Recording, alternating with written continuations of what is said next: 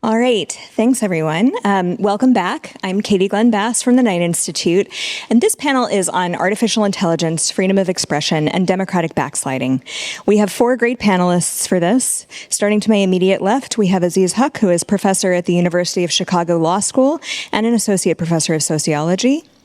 Then next, we have my colleague George Wang, who is a staff attorney at the Knight First Amendment Institute. Next, we have Grant Baker, who is a research analyst for technology and democracy at Freedom House. And finally, we have Becca Branum, who is the deputy director of the Free Expression Project at the Center for Democracy and Technology. Thank you all so much for being here for this. I'm looking forward to it. So the format of this panel is going to be a little different. We don't have paper presentations for this one. We just have 4 experts who are going to have a conversation. As always, please feel free to submit questions through the QR code. The questions so far have been really amazing. There's obviously a lot of knowledge in this room and watching online. So I will try to incorporate as many of those as I can. And then towards the end, towards the last 15 minutes, I will also invite people to come up to the standing mics. So we're going to focus on how advanced AI is affecting expressive interests and how we should think about questions of AI safety when they come into conflict with freedom of expression. We're also thinking about how to protect free expression from being controlled by private interests like companies, as well as by the state. And we're going to talk about the research that we need to be able to do in order to understand all of this and the impact that we're seeing, and what kinds of protections researchers need to do that work. Finally, we'll talk about trying to do any of this in an era of democratic backsliding. And I want to situate things just for a moment. For nearly 2 decades now, a lot of our public discourse has taken place online, on platforms owned by private companies. And for most of that stretch, a lot of the expression we engage in online has been algorithmically mediated in some way. There's been lots of research on this, including by the Knight Institute's research program, on the concerns that all of that raises for free expression. So advanced AI tools and large language models are a new layer on top of all of those issues that we've seen in recent years. That we're now thinking about how those are going to interact with the existing issues that we know of, the problems we haven't been able to solve.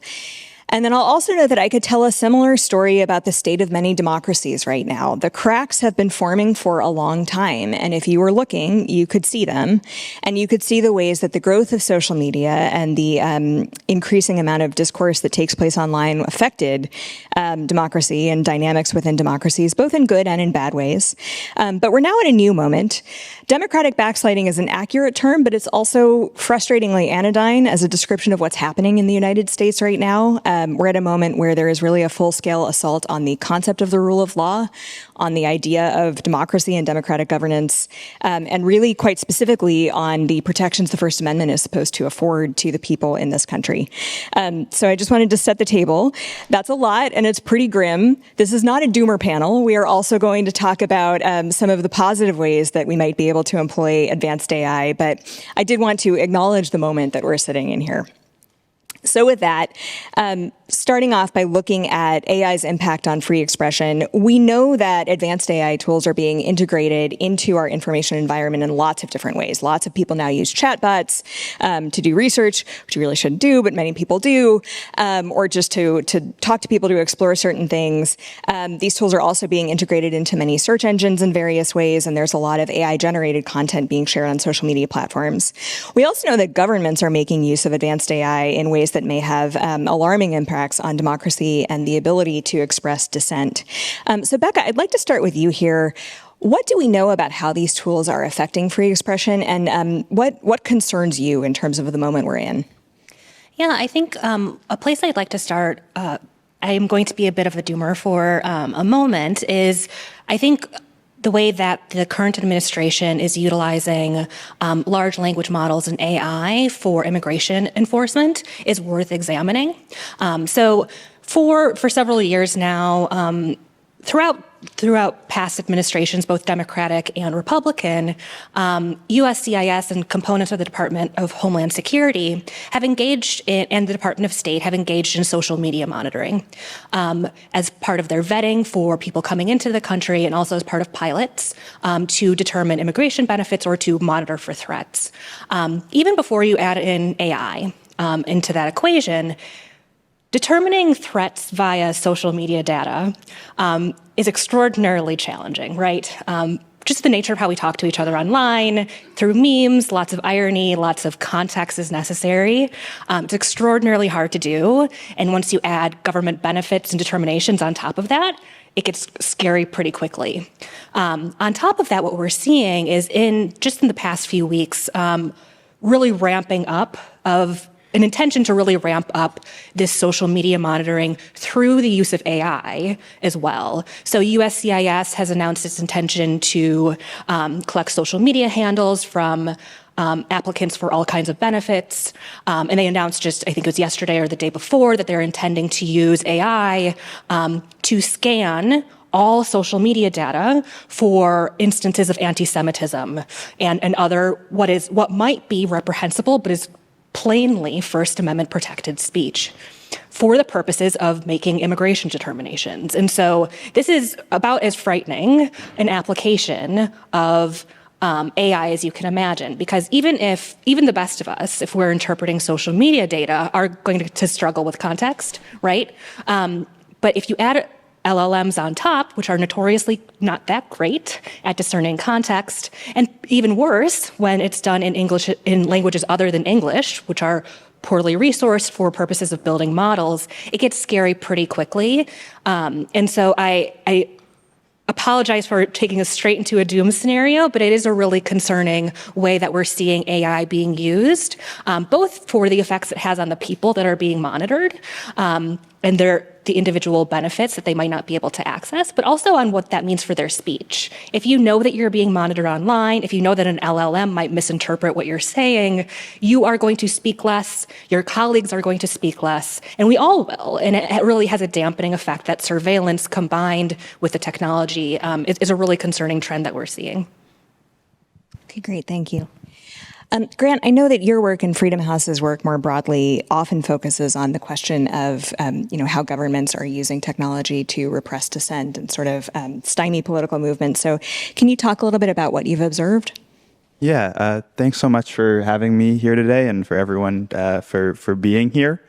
So I think when we think about how AI is affecting repressive policies in illiberal or autocratic regimes, we think about it as an amplifier, really, versus like a driver where, it's still people who have agency making the decisions, and AI can, increase the scale and efficiency and potentially reduce the cost. And that, can lead to new paradigms, but it really is an amplifier. So we've really seen this play out in a few different arenas in our research. So I think Becca just did a great job talking about social media monitoring. I think a lot of what's going on, with the U.S. and immigration is extremely concerning. And we've also seen, this in more autocratic regimes, right? The Russian government, especially since the full-scale invasion of Ukraine, has introduced new social media monitoring tools.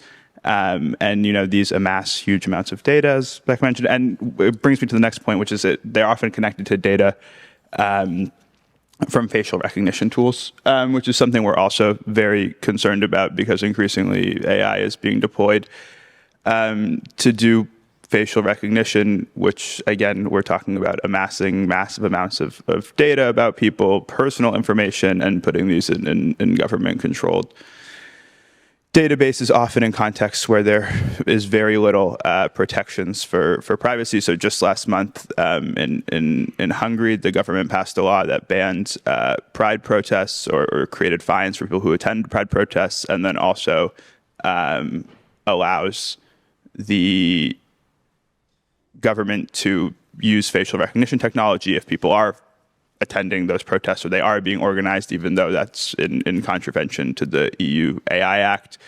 And, obviously these systems have huge biases. There's been a ton of work about how they misidentify people, especially people with darker skin.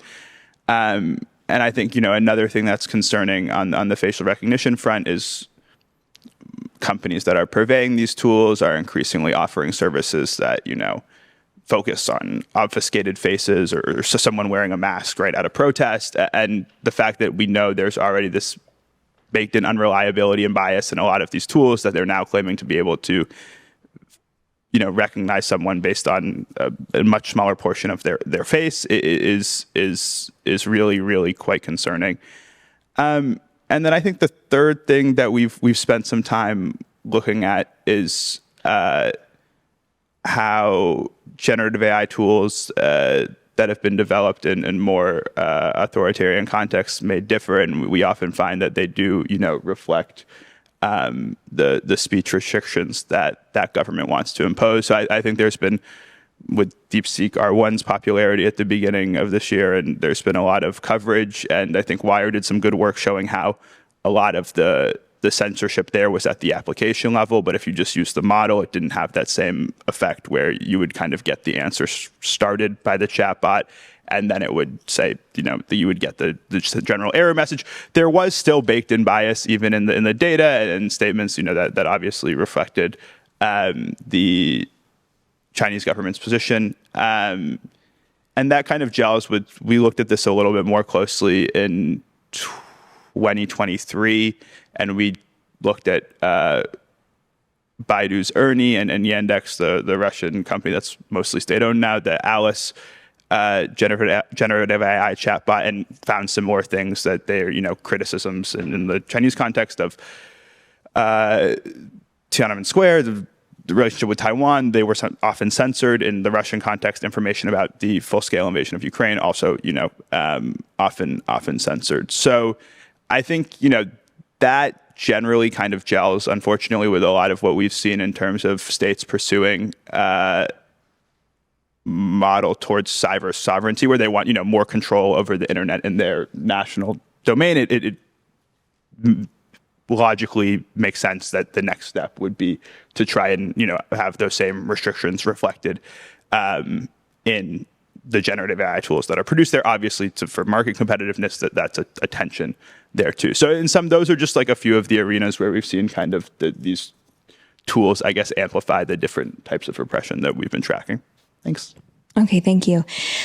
George, Aziz, I want to give you a chance to add to that if you'd like. And I also wanted to ask you, we've been talking about concerns of governments using these tools, but also there's the question of the fact that all of these tools are built by private companies, and it's a fairly small number of private companies. So if there's anything you want to add on that point. Sure. I can start. Thanks, Katie, and good morning, everyone. I think it's still morning for a few more minutes at least. I guess, I want to start maybe by piggybacking off of what Becca and Grant were just talking about, and maybe taking a half step back, which is just to acknowledge that I think it is impossible to have a conversation about the freedom of expression and democracy without acknowledging, what's happening every day in this country as a result of President Trump and his administration. I think in particular, the fact that the president is seeking to control, influence, and destroy just about every institution that could serve as a check on his power. And I think that matters broadly, and it also matters for AI. And I think that leads to sort of my first point, which goes to what Katie was talking about in the beginning and just now, which is that threats to freedom of expression and democracy come from multiple directions. It certainly comes from governments like the US government and foreign governments, but it also comes from the private companies that control and develop these technologies. So I think that's probably something that most of the people in this room understand already, and in fact is sort of inherent in the design of this symposium and the issues that we're talking about, this acknowledgement that we should be concerned about the ways that governments seek to influence and control the development of AI, but we should also be concerned about these private companies that make these decisions in secret with very limited public oversight. And I think we should be concerned about these issues, when governments and private companies present diametrically oppositional viewpoints, and it feels like we have to choose between one of these. But maybe more so in this environment when the government either co-opts or brings these technology companies and their owners under their heel. And I think to me, the only thing worse than choosing between President Trump on one hand and on maybe Elon Musk on the other as stewards of our digital public sphere is when we have both of them kind of together. So I think, one of the worst outcomes we can think of for freedom of expression and democracy. And that sort of leads to my second point, which is, how do we get out of this choice between governments and private companies? And I think one of the ways out of this is to focus on the importance of independent technology research, including much of the research that's been discussed over the course of the day and a half of this symposium already. At a practical level, many of the things that we know about digital platforms, vulnerabilities, unintended consequences, have come out through independent research. And I think this symposium is a testament to how vital this research is for the development of AI. And I mean vital in at least two senses of the word, vital as in essential, and also vital as in how vibrant and lively this research is. And I think we should be doing everything we can to protect this research. It also serves as an important counterbalance to the government and private entities. It presents another way to view these problems independent of those institutions. But this work is under threat. It's under threat through the practicalities of resources and funding. It's under threat through congressional attacks and sort of directed inquiries at researchers, and through private companies' actions and cease and desist letters to researchers as well. The Knight Institute has done a fair amount of work in this area, and it's been dedicated to defending independent research. And I'm happy to talk through some of those more specific efforts. But all this to say, I think again, the work of you all in this room and our former panelists just shows how important this is. The last point I just want to touch on briefly is, the role of the First Amendment in all of this. And I think I want to acknowledge that the First Amendment can both support and hinder many of these efforts to encourage safe and responsible AI. And so I think of the role of a First Amendment lawyer in this space as articulating visions of the First Amendment that are compatible with democratic governance in the digital age. And I think that means protecting independent research in the ways that I just talked about, and also protecting the rights of users and the public from both the government and private industry. And so I'll just end, I guess, by discussing the stakes. I think the stakes, the real question is who gets to shape and control the digital public sphere? Is it governments? Is it private, billionaires who control these companies? Or is it the public? And if we believe it should be the public, then I think independent research, sensible, democracy-forward legislation and regulation are really important to maintaining that role. Great, thanks, George. Aziz, would you like to weigh in on any of this? Sure. Well, first of all, thank you very much for inviting me and including me in this important discussion. I want to echo without repeating the very important points that Becca, Grant, and George made about this present moment, which I think are important and even vital to reiterate. Maybe what I can do, however, is to step back and to offer a more abstract account in 4 or 5 minutes of the relationship between democratic backsliding and technological advances in AI, which I think is often blurred and often one in which the causal connections are not accurately or fully grasped. The way I think about this phenomena of democratic backsliding is by benchmarking it to a moment in the 1990s, at the end of the Cold War, which was a moment which was accompanied by two seemingly inconsistent trends. The first trend was one of increasing economic inequality, particularly within countries. And the second was one of increasing political equality, at least as a matter of formal rights to participate in electoral processes, which were expanding around the world, and in terms of rights to speech. So you had this post-Cold War moment that could be characterized as neoliberal in that it conjoined economic inequality generated through open-ended market dynamics with at least formal equality. And one of the characteristics of that moment was that people had formal voice often, but that formal voice did not translate necessarily into an effect upon national policy. Over the first decade, in particular of the 21st century, that system or that arrangement came under stress. And I think there are a couple of things, or three things, that placed it under great stress.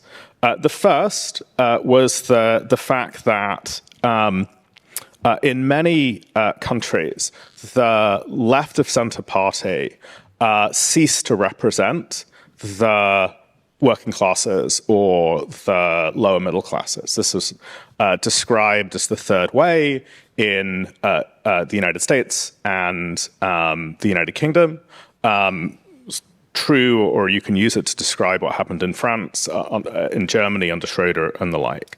So you had a moment where there was a kind of collapse of the space of political possibilities as a consequence of the change on the political left. The second thing that happened was that rates of inequality accelerated, particularly in the United States, because of increasing mechanization, in part also because of a China shock, right, that David Autor and his colleagues have described. But the China shock was actually a relatively small proportion of the deindustrialization happening in that decade. And the third thing that happened was a series of crises. The crises could be political, they could be corruption-related scandals as they were in Hungary, they could be economic. The great financial crisis of 07 and 08 was another crisis. And there was a moment at which people, I think, in many different jurisdictions, were experiencing their lack of political agency, which had long been the case, in the context of an absence of effectual political choice and a sense that the world was crashing down upon them. And into that moment came a suite of populist parties who offered simple binary narratives of us versus them, often organized around alienage or migrancy, and obtained power from about 2010 onwards, and then employed that power through legal instruments, not through extra legal instruments, but by turning the capacities that had been built by at least formally democratic states against the formal institutions of democracy. So against the elements of democratic structures that enabled at least formal choice or formal rotation in office. What results from that is the pattern of backsliding that you see today. Now, what's important about that pattern is that technology plays very little role in it. It's not a story about technology, by and large, except for the element about deindustrialization and the China shock. Technology comes in after the moment of democratic deconsolidation. And I would characterize that moment of democratic deconsolidation in general with two observations. The first is that notwithstanding the fact that it's a response to macroeconomic collapses or macroeconomic strains caused by neoliberalism, it is not a ejection of the neoliberal elite. It is a reorganization of the elite, locking in new actors who are tied to the economic interests that neoliberalism has benefited into relationships with government power. That's the case in Hungary. It was the case in Poland. It is abundantly clearly the case in the United States, right? So you're seeing a kind of symbiosis of political and economic elites, including in the technology space. So it may be simply wrong at that moment in time to think in terms of a binary between the public and the private, because the public and the private no longer exist on a binary. The second observation I'd make, drawing upon a wonderful political scientist down at NYU, David Stasovich, is that when you have a new set of possibilities that come along in the form of a new technology, the socio-political effects of those technologies will depend upon the institutional landscape of political power at that moment in time. And it is hard to imagine a moment at which it would have been worse for new computational technologies that facilitated the kind of operation of censorship and control at scale that Becca was describing to emerge into the world. Because they emerge into a world in which populist elites are looking for instruments of lock-in. And the role of technology is to facilitate that lock-in, right? And it's important to flag, it's absolutely not the only element that enables lock-in, the elimination of formal as well as more de facto forms of democracy, right? I actually think that the kind of legal changes that we've seen around the world in backsliding democracy is way more important than technology. But technology is one piece of it, and maybe as time goes on, technology, because of advances in capabilities, will become an even more important part of it. So notice there, last thing I'll say, the causal chain, right? It's not that technology is leading to backsliding. It's the particular moment in time at which technology drops into the world and the political landscape that it interacts with that are generating the effects. Okay, thank you. Does anyone want to respond to any of that or build on it? Okay, so not a very positive picture at the moment. I am wondering, Aziz, I know you said that it's not technology that's driving this. Is there anything that you've seen, that any of you have seen, in terms of possible applications of these advanced AI tools that may help strengthen democracy, help rebuild some of these institutions that have eroded, or relationships that need to be repaired?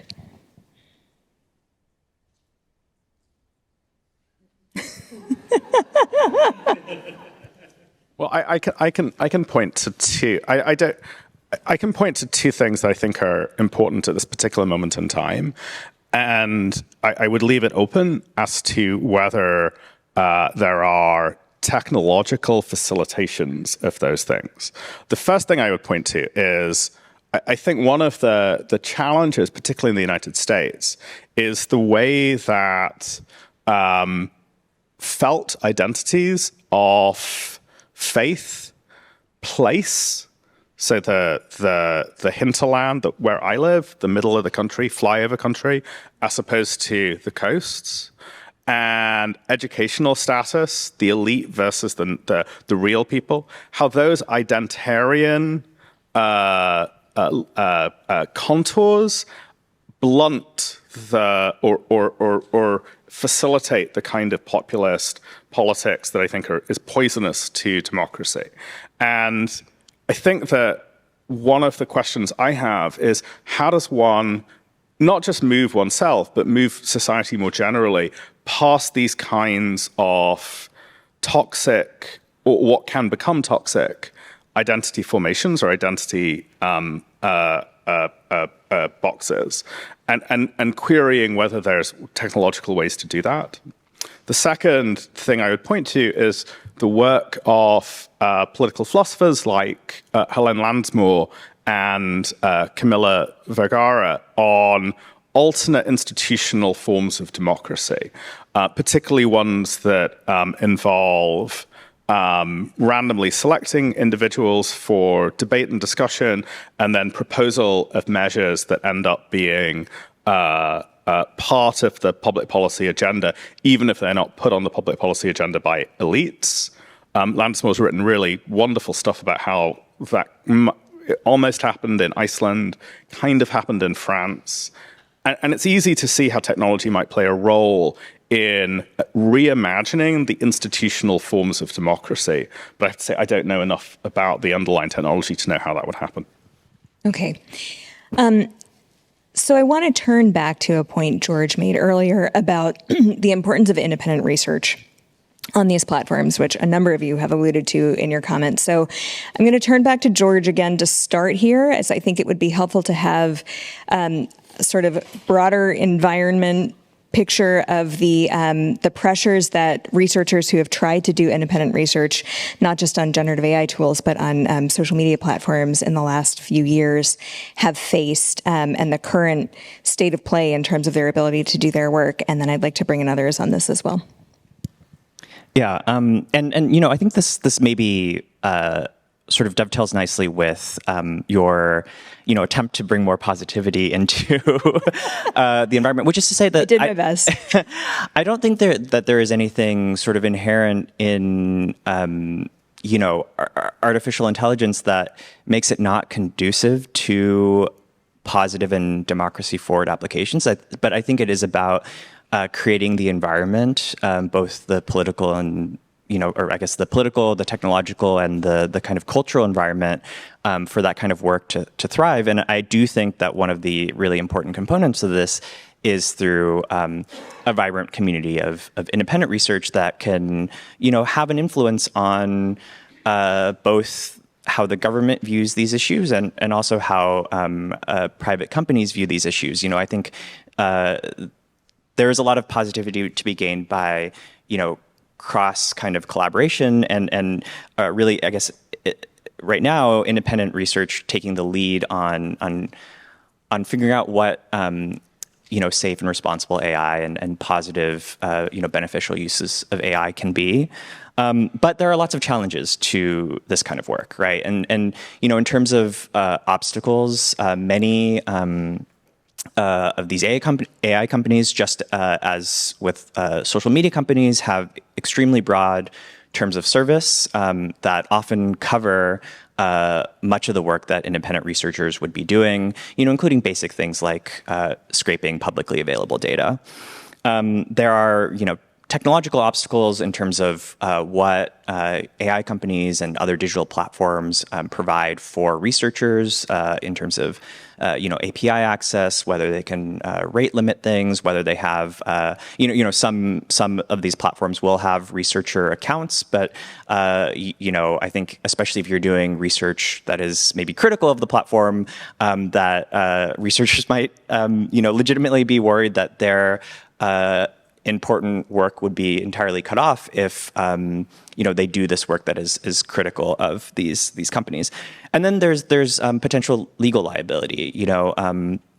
There's in the U.S. or federally there's the Computer Fraud and Abuse Act, the CFAA, which imposes civil liability for accessing computers without authorization or exceeding authorization. There's the Digital Millennium Copyright Act, which where there's liability for circumventing technological protection measures, and so these are laws that could be used aggressively and by the very platforms that independent researchers are trying to research. And I think certainly there have been many attempts where private companies have sent cease and desist letters citing these exact provisions to try to put a stop to independent research. And so those are kind of broadly the obstacles. One of the ways that the Knight Institute has tried to intervene on these issues is by supporting safe harbors for independent, public interest-oriented research. We've, for a few years, advocated for this in the social media space, and recently we've been trying to support work done by a few folks who have been involved in the symposium, including Shane, Arvin, Peter, and several others on a safe harbor for independent research on AI. And that safe harbor would both be a legal safe harbor, from the CFAA and the DMCA for good faith public interest research, but also a technological safe harbor to ensure that these companies can't rate limit or remove accounts for doing this research. And that's all work that we think is incredibly important to support the ability of independent researchers to be truly independent and not have their work and livelihood depend on the goodwill of the very platforms that they study. Great. Becca, I know CDT works a lot on this too. You want to add? Absolutely. I couldn't agree more with the assertion that independent research about technology platforms is extraordinarily important, and that researchers need to have that work supported both legally, financially, and otherwise. We've seen there's an extraordinary amount of work that has been suppressed due to government intervention and job owning and bullying of perfectly legitimate research simply because it doesn't fit a particular narrative. But as we're looking at that, I think it's important to, in increasing access for researchers, I think it's important to place it in the broader context of the democratic backsliding that we're seeing and understand the full picture of the threat, because there are threats to technology platform researchers, of course, but there's also right now a whole of government effort to suppress certain kinds of research, to reorient the ways that we develop knowledge, including things like banned lists of words that can't appear in NSF applications any longer, for example. And so we are in a moment of that's extraordinarily challenging for the development of knowledge. And I'll also say, as we are talking about access to data for research, we are also inherently implicating the users of these platforms too, right? We want researchers to have access to data, and when researchers have access to that data, they are inherently implicating the interests of the people that they are studying, many of whom have no idea, other than perhaps at some point maybe glancing at the terms of service, that their data might be subject to study. And that's certainly not the case with scraping. And so depending on how the data is transferred to researchers, there can actually be quite real risks to the subjects themselves, right? Depending on how it's handled and depending on the government interest in that data. So for example, there are protections in place that would make it harder for the government to gain access to data on individual users if it's held by a platform. But if that data is transferred to a researcher, maybe only a subpoena is necessary to get access to that. And so as we are experiencing these attacks on researchers and trying to bolster their work, I think it behooves us to also recognize the downstream risks to users who may be subject to additional scrutiny based on the important work and necessary work that researchers are doing. Great, thank you. Grant, did you want to add to any of that? I mean, how does this play into Freedom House's work, or is there research that you all would like to be able to do that you can't do either because of some of these concerns or because you don't have the access to the data that you would need? Yeah, I mean, I just want to echo, I think, a lot of what Becca just said in terms of that, it's not just the actions that are happening, it's the broader chilling effect that the environment creates, right? Whether it's in the university space where you pull university funding for federal funding for some universities, then that creates a chilling effect. Even if other universities haven't yet experienced it, there's this idea that, okay, maybe we don't want to fund X, Y, and Z types of research because we're worried it's going to land us in the crosshairs, which is really concerning. And I think, it's not working on AI directly, but something we looked at in our report last year was kind of a lot of the targeted attacks on people who had been researching false and misleading content in the U.S. And I think there was a clear strategy to try and make conducting that research, the cost of it, too high, whether through congressional subpoenas, through and the legal fees that those then bring to universities. So I think that kind of set a really concerning precedent on where the discourse would go from there. Okay, so I want to turn now to the question of trying to regulate or even just intervene in any way in some of these problems, some of the issues we're seeing, some of the concerns about how these tools are or may be used in future. Some of you may have seen this. Recently, the Pew Research Center released a survey, and they surveyed two different groups. They surveyed one group of just sort of general U.S. adult population representatives, and the other was a group of AI experts. And in this survey, they were asking them their views on advanced AI, and there were a really wide range of views. One interesting finding was that AI experts are a lot more optimistic than the general public that AI is going to be good for society. But there was also one area of agreement that I found striking, which was that both the general public group and the AI expert group worried that regulation of AI wouldn't go far enough. About 60% of both groups thought that, and only about 20% were worried that it would go too far. But similar numbers, similar consensus in both groups was that the government's not going to do a good job of regulating AI. About 60% of both groups also said they weren't confident that the government could do that. So we're sort of in this double bind where we want the regulation, but we're not confident anyone's going to do a good job of it. So, with that as the framework, we have seen some efforts, some proposals to regulate AI in ways that are intended to protect democracy, particularly in the areas of electoral use of AI tools, campaign use of AI tools, and then also transparency. So, Becca, could I ask you to start here?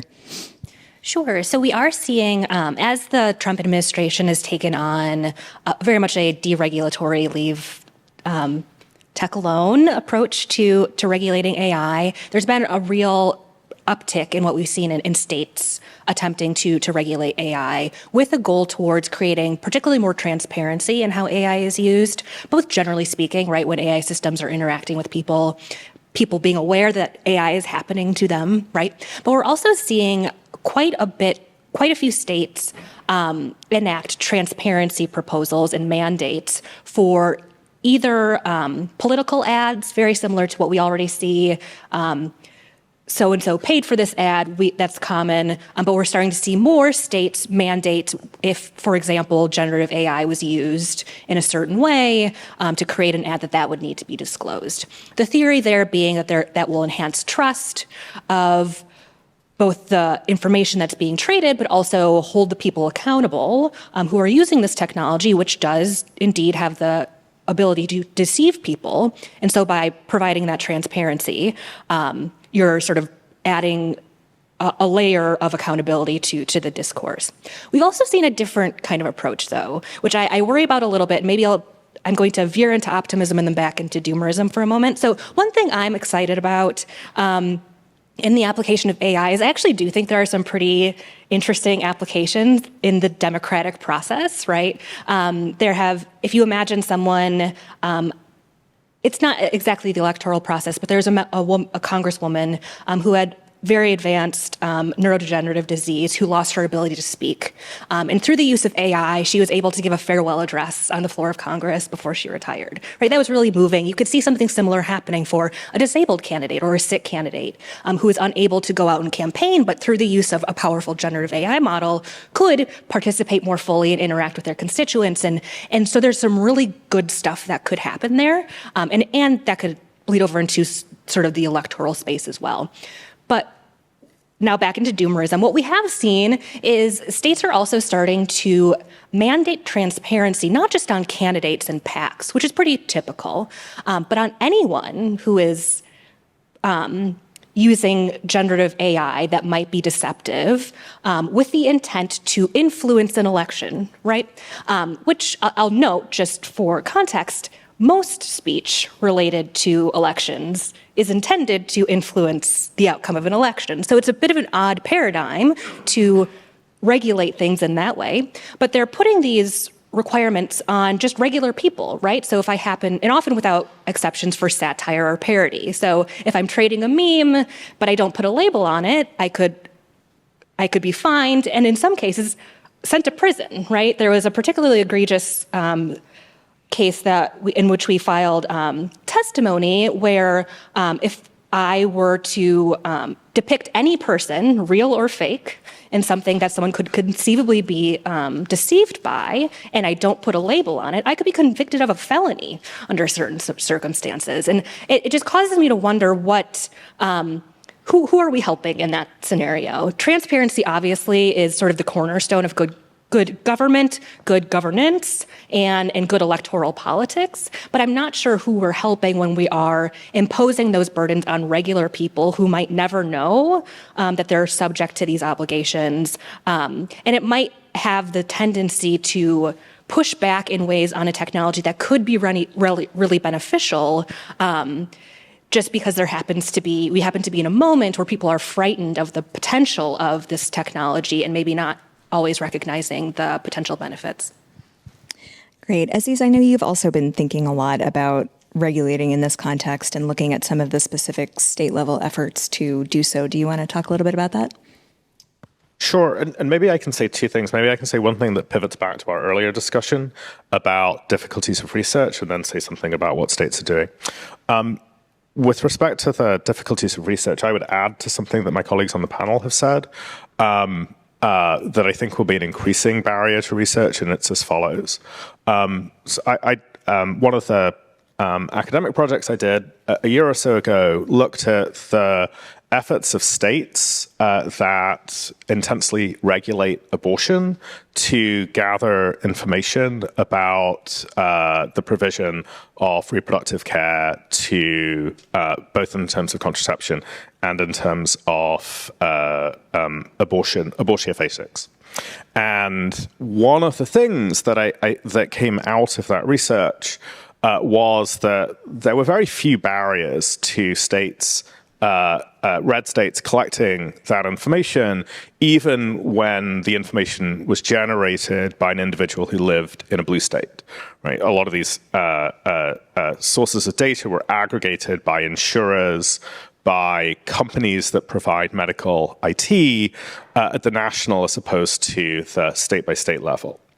And one of the implications of that was if one was concerned about one's the privacy of one's medical choices, one had to look for ways of minimizing data, minimizing the flow of data about your body up to these national level entities.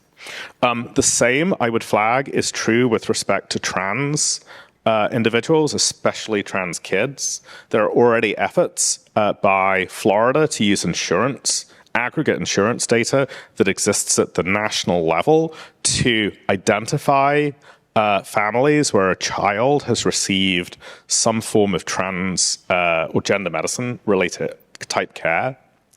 In an environment in which there are these trans-jurisdictional enforcement efforts using information, there will be tremendous pressure on individuals to eliminate the flow of their data in the world.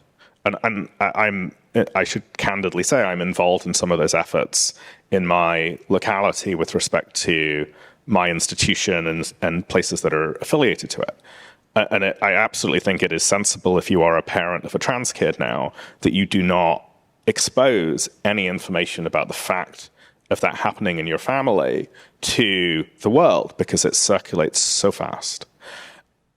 In a world in which people are minimizing, rightly so, all sorts of other kinds of research will become more difficult, because the amount of information, particularly about vulnerable populations, particularly about populations that are at the bleeding knife edge of the culture war, will fall out of circulation. And just to be clear, that's warranted. People who are taking those precautionary measures are absolutely in the moral right to do so, but it does have an effect upon the topology of the information landscape out there. So that's what I would say. On the second point, which is the thing you actually asked me about, sorry. They're both good points. I did think it was useful to add to this point, and that is a kind of state-level regulation, right? That is the Florida Insurance Commissioner doing what the Florida governor has asked him or her to do, using regulatory powers that are available under Florida law.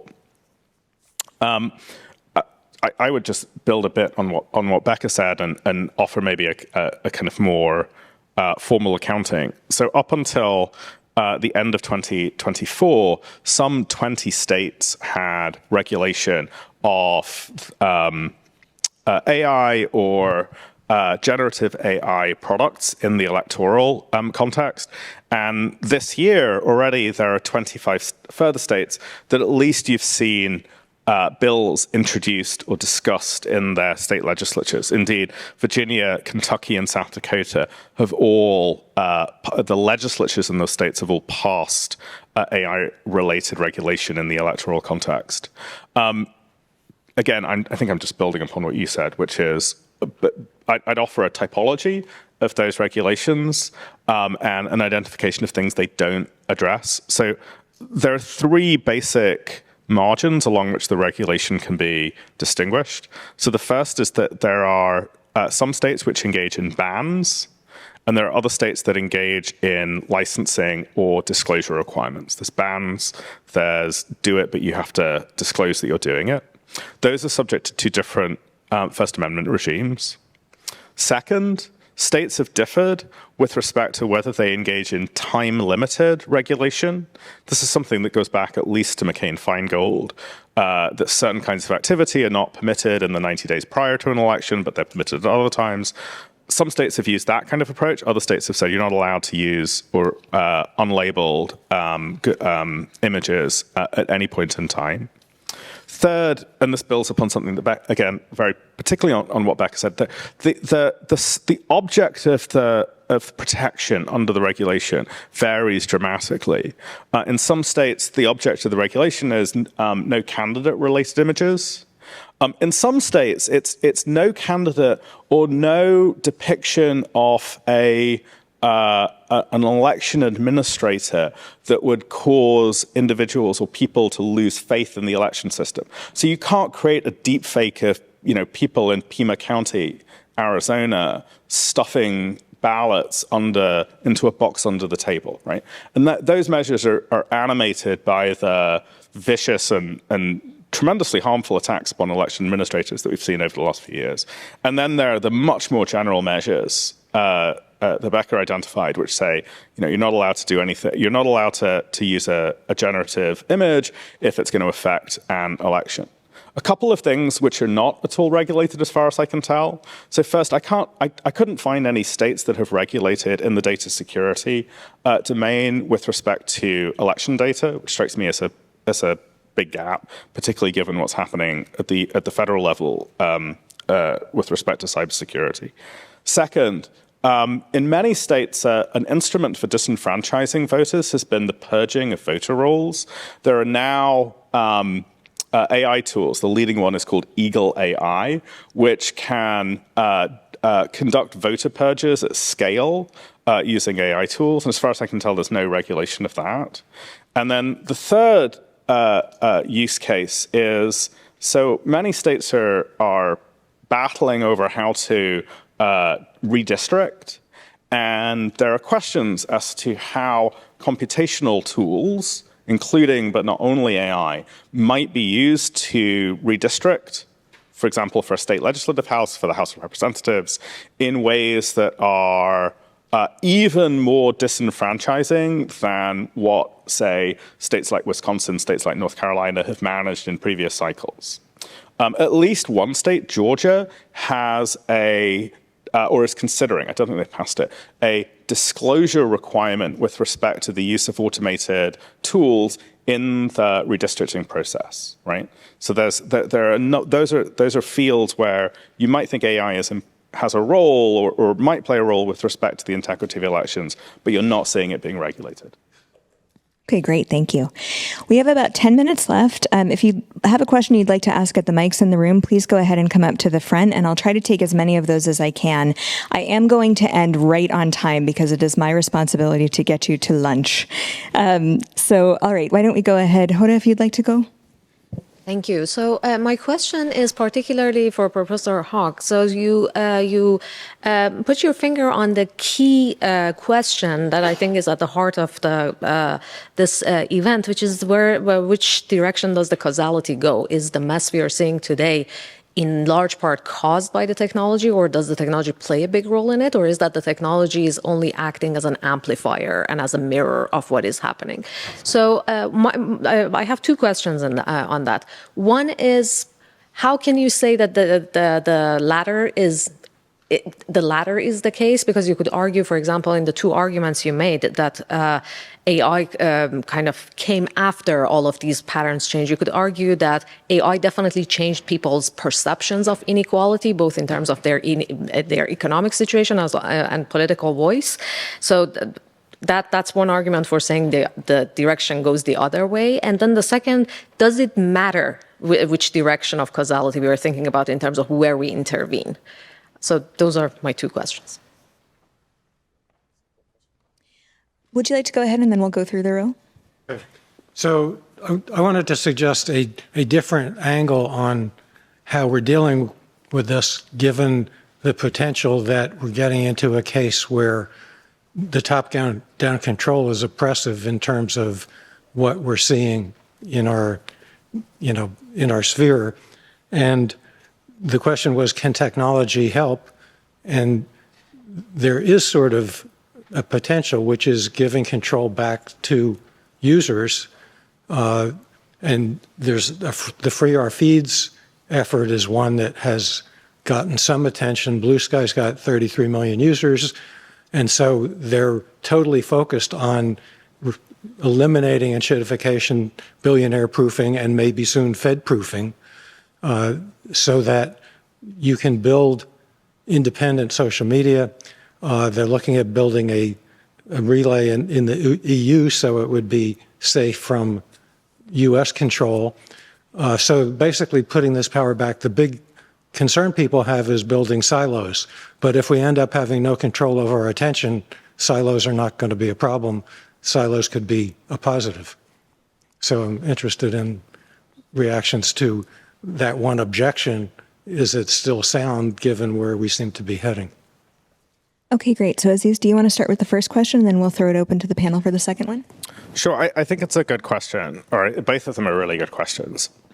On the first question, I think that the weight of empirical evidence demonstrates that it is not AI-mediated or social media-mediated senses of inequality that is driving political support for populist anti-democratic parties. It is the actual experience of inequality. I'd point to two examples of what is now a quite rich empirical field. The first is my colleague, Sue Stokes in political science at Chicago, has a really marvelous cross-national paper that came out in PNAS, the Proceedings of the National Academy of Science, earlier in the year, which identifies a very, very statistically significant and practically significant correlation between changes in Gini coefficient and the propensity to democratic backslide. So it is in fact the experience of inequality at the national level that seems to be driving backsliding. Second, within the United States, if you look at vote shifts with respect to the 2016 and I think this is true for 2024, but it was very pronounced and has been studied for 2016. The largest vote shifts were in toward the right, toward Trump, were in those locations where there had been the greatest losses of manufacturing jobs. So although I can completely take your point that people's identity is shaped by the environment that they're in, I think that the overwhelming weight of evidence is that people, at this moment in time at least, are responding to the brute facts of inequality and the loss of, I would put it in terms of the loss of a felt future. And I think that that's the underlying driver, and absolutely I wouldn't want to argue that social media doesn't play an exacerbating role, but I think the role is at the margin. And then on your second point, I want to accept it that it might be that you describe a social or a political phenomenon and you say A causes B, and we're now in a world where B is exacerbating A or something like that. The causal story doesn't tell you how to intervene.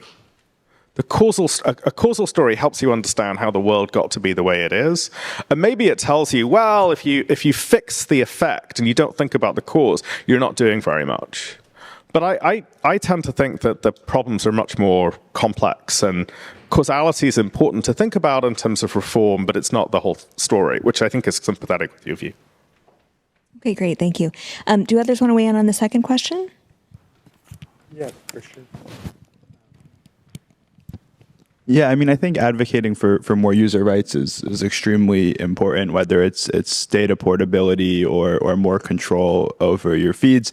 I just think it still is something like that we should ultimately be doing in tandem with advocating for better policy to the extent that we can, both at the national and state level, and in terms of what these platforms and tools actually do. Because I think, even with the recent increase in popularity in Blue Sky in the US and in Europe, it's still not really a global phenomenon. And I think in a lot of the parts of the world outside of the US and Europe, you have the populations that came online at a time, really during Web 2 to a greater degree here, when platforms that dominate, our daily lives here define even more of what the internet means there, because that's how people really got first accustomed to the internet. Whereas someone my age here, I remember the internet before platforms. So I think user rights are definitely, given the political environment, certainly an important thing to advocate for. But just that we should be advocating on all fronts. I'll just add one, quick addition to that, which is, yes, I also agree that I think thinking about this through the lens of users, I think, is really important. Just to add to some of the, regulatory interventions we've talked about, like transparency and disclosure laws, which I think are important for empowering users, interoperability, structural industry reform through antitrust or consumer protection law, I think are also really helpful interventions there. And just to bring the First Amendment into it a little bit, I think looking at the First Amendment questions through the lens of users, I think is the most fruitful way to think about the First Amendment implications of much of this regulation and potential legislation. And one of my profound disappointments in how First Amendment questions around technology regulation have played out is that they are hyper focused on the individual rights of these digital platforms as speakers. And I think to largely to the exclusion of thinking about these questions from the First Amendment rights of users and thinking about the First Amendment as a kind of structural democratic right that protects public discourse. And I think that is not only the more fruitful way to think about the role of free speech in our democracy, but also a way to think about technology and regulation in a way that preserves the ability of the government to make some of these important interventions, even if it does, reduce some of the individual autonomy of these technology companies. Becca, do you want to close this out? Sure. I think picking up on what you were just saying, the hyper focus and sort of the way that regulation in this space plays out is that legislators identify a harm online that they want to solve, and they attempt to attack it head on, often implicating the First Amendment rights of these platforms. And courts intervene and it gets struck down. What I will say, one of the things I'm most excited about in tech policy is finding mechanisms through which to empower users, as a way to push back against that, right? If we are empowering users to create the environments they want online, we don't need to pass regulations that are going to run headlong into the First Amendment rights of these platforms. We can actually sidestep it and get everything we want in the process. And so I spend a lot of my time thinking about how to avoid that litigation that we so often see striking down really well-meaning pieces of legislation, but that just run headlong into the First Amendment. But I think the question of how we empower users and how we might be able to create more legal protections for middleware and the like could actually be a solution that gets everybody where they're needing to go without having to keep banging our head against the wall of First Amendment litigation that doesn't really have users in mind. Okay, great. I promised to end on time. I'm really sorry we couldn't get to all the questions, but thank you to our wonderful panelists. This was a great conversation.